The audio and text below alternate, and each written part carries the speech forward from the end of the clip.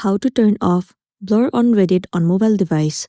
It's pretty simple and a quick process, so without any further delay, let's jump right into the video. So what you want to do is, you have to head over to the settings of your device.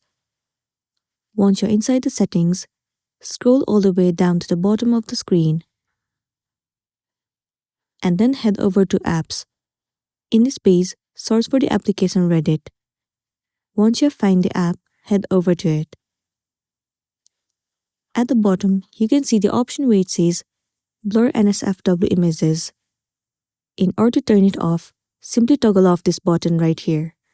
Once you have turned off this option, the potentially sensitive text, image, and videos will not be surfaced. So if you're highly aware of that content, then you can enable it anytime you want to, and then you'll be good to go. So that's the wrap for this video. Make sure to smash the like button and consider subscribing to our channel. We'll see you in the next one.